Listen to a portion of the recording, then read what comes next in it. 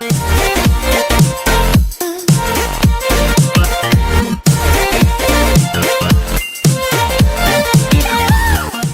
morning, everybody at CRCOG. My name is Anthony Brewer, and I'm the youth pastor here at the church. I got a fresh devotional ready for you, and I want to dive right in. With all the fasting that we've been doing and the things we are eating and the things that we aren't eating, I've been thinking about diet a little bit lately. And one thing I was reading about a little while back is some doctors did a study where they talked about how in America we have a very unique problem. So many people are eating and eating. We're eating much more than many other countries. But studies have shown that even though we're eating so much, we're actually malnourished from a nutritional point. And you start to think, man, there's so many people that they're eating many meals a day, large meals, quality meals a day.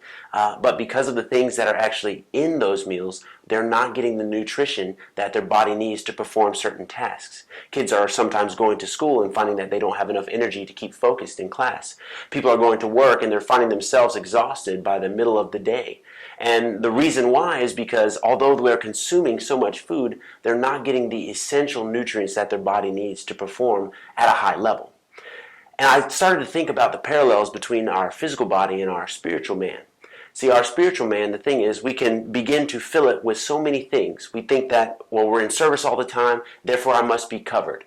Or we start engaging in activities and programs and all of these things that, on the surface level are good, and they really are good for our bodies. But if that's the only thing that we're consuming, we'll find ourselves when it comes time to perform a spiritual task or to rise to a point that God has for us, we find ourselves malnourished, if you will. The scripture talks about someone in Matthew chapter 5, verse 6. Jesus says that those who are hungry for the things of the Spirit shall be filled. See, God has deeper levels for us to go to. He has deeper things for us to acquire. Big tasks that He wants us to perform for the kingdom. But sometimes we're not able to begin walking into those tasks because we're not spiritually nourished. He wants us to have the energy. He wants us to have the ability to do these things. But if we don't have that hungering for the deeper things of God, a lot of times we miss that calling. We miss that thing that God has for us. The scripture actually talks about cities that Jesus traveled to that He could not do any miracles in because the people were not hungry for His touch.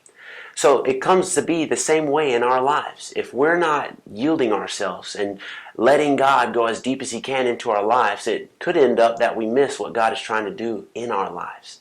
I believe that God is ready to do something huge here at CRCOG, and I know for one, I want to be a part of it. So this fast, as you think of the physical hunger that you're experiencing or the desire that you're experiencing because of the things that you've cut out of your life, try to make that the same type of desire angled toward Christ. And the more that you hunger for Him, the more He's willing to fill you.